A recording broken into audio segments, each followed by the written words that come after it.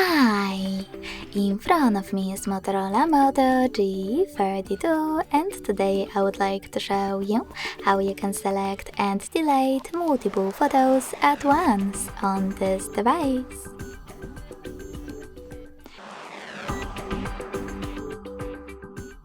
You need to begin by opening Photos app.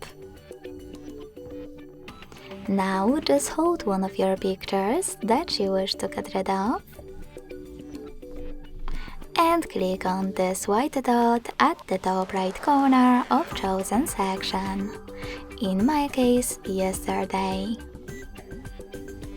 In order to exclude some of your photos, click on them.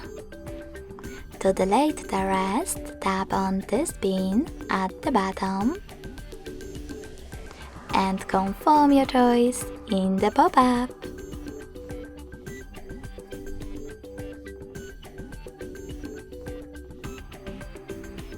Thanks so much for watching. If you enjoyed this video, don't forget to leave a like, comment and subscribe. Bye!